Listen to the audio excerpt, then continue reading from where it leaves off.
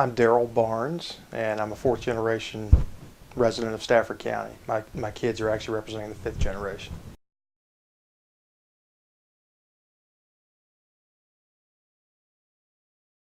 It was kind of interesting. I don't know exactly when it happened, but I do know that it happened when my grandmother was a child. But my great-grandparents moved up here from the Northern Neck trying to find some better opportunities for their kids. And they actually founded a grocery store up in North Stafford, and they called it Baker's Grocery, which is now still there. It's at the intersection of Woodstock Lane and Route 1. It's actually called Taylor's Store now at this point. So it's kind of nice to actually see a piece of history still there.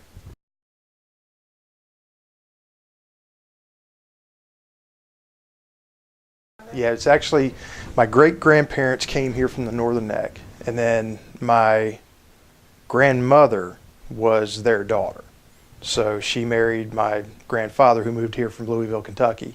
He actually served with General Patton in World War II. So they met just before the war was beginning. My mother was actually born right near the end of the war. So she was, I guess at that point, the third generation. And she actually graduated from Stafford High School, which became Drew Middle School, which is where I got to attend middle school. It's where I actually met my wife. So it's kind of neat. And then my wife and I are actually graduates of Stafford County as well. And we literally live a mile and a half from where I grew up. So we've seen Stafford County kind of explode around our ears. And when my grandfather and grandmother started to have a family, they realized that there were not a lot of playgrounds for kids. So my grandfather actually worked with, I think it was Mr. Moncure at the time, about donating some land, which actually became the Carl Lewis Playground down in North Stafford. It's on the intersection of Telegraph Road and Woodstock Lane. So it's kind of neat. He worked with the Marine Corps and actually got them to donate a Quonset hut, which became a building down there. So that was kind of neat.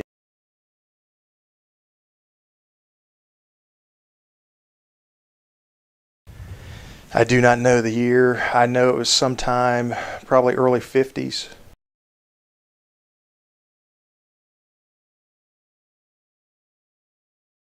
And I think that was a part of the baby boomers actually. You know, the babies were being born at that point.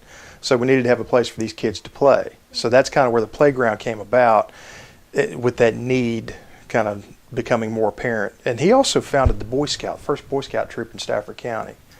And my uncle became the first Eagle Scout in the area, that was a pretty neat accomplishment as well.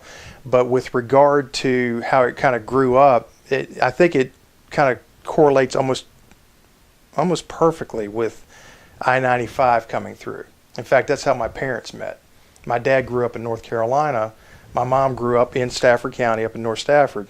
But as 95 was being built, he was actually building bridges on 95 and came as far as Fredericksburg and Stafford. And that was how they got together. So when we saw 95 start bringing more traffic, we started to see the area, I think, started to, that little mini boom back then. But over the years, it's just become really kind of crazy.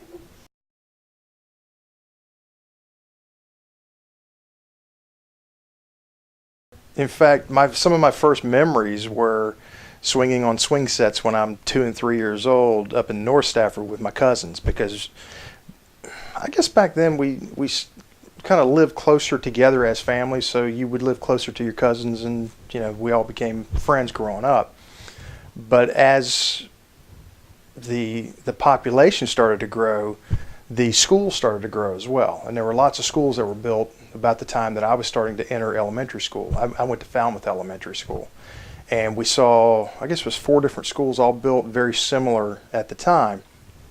And then as we continued to grow through the late 70s and early 80s, we were actually part of the classes that had to go split shifts in high school.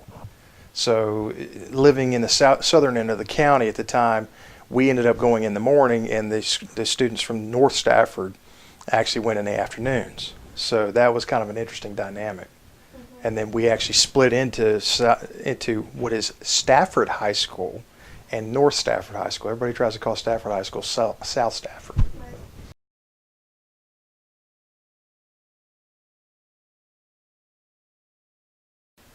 Well, it was kind of interesting because you got to expose to quite a few more people, which was great because you still have friends at two different high schools at that time. So that was nice, but it also kind of made it a bit of a challenge to stand out. You know, and there's so many kids around, you needed to kind of raise your game, so to speak. And it was kind of neat. A lot of the folks that I grew up with are now respected members of the local community. Like, I own an investment firm. A friend of mine is an attorney that's very well respected in town. Some of my friends have started companies that have been very successful, and it's kind of neat to see that level of, I don't know, competition kind of raise all of our bars, for lack of a better term.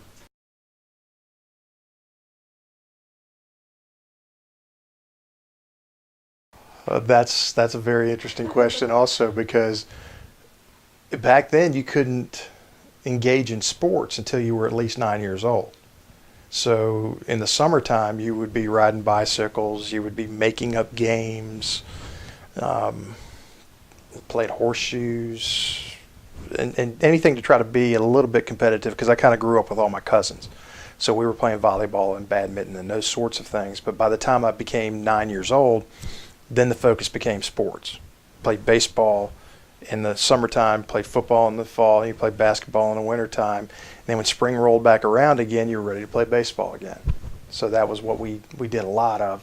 But we also grew up fishing and hunting, and just, you know, a lot of time on boats, a lot of time wading in streams. I remember, gosh, when I was a child, the herring run was a big deal in Stafford. And people would take herring nets and they would dip them in the streams and creeks, and they'd come up with all these fish. And then what they would end up doing is salting them. So they would, gosh, catch 100, 200 of those fish, and then we would have to clean those things. And then put layers of salt, and then the fish, and then a layer of salt, and then the fish. And then people would eat the salt herring. I never particularly cared for it, but it was something that I do remember growing up. So now it's kind of more from that into more of the shad run. In fact, out here at Ferry Farm, this is one of the historic places where the shad actually run. Gosh, probably from the first part of March to about mid-April. The herring is not nearly as big a thing as the shad are these days. I think people still catch them from time to time, but it's not nearly what it was.